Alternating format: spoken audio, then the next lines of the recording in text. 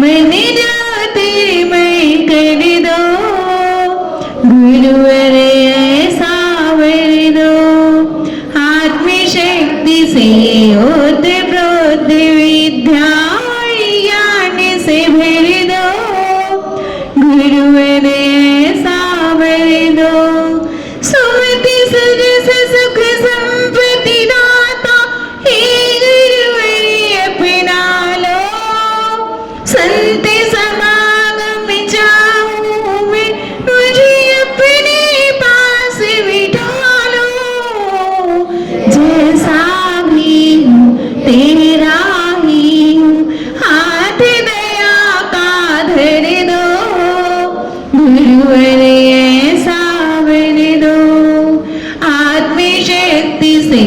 ओत प्रोत विद्या ज्ञान से भर दो